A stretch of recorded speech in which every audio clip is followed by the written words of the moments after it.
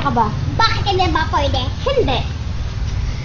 Alam niyo, hindi pwede dito ang dumaan ang mga pangit, madumi. At alam niyo, tinutulo ko to. Teritoryo mo ba to? Oh, Sorry kung dumaan kami dito. Pag gusto Kasi kami katulad sa'yo. Tingnan mo nga, mayaman man kayo, walang naman ang utak. Kami, mahirap man kami, meron naman ng utak. Di kagaya sa'yo.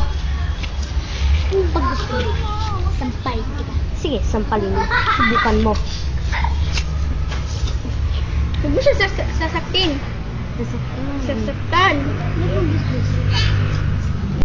What's your problem? Nothing. I just want to end this relationship. Just respect my decision. After I sacrificed my marriage for you,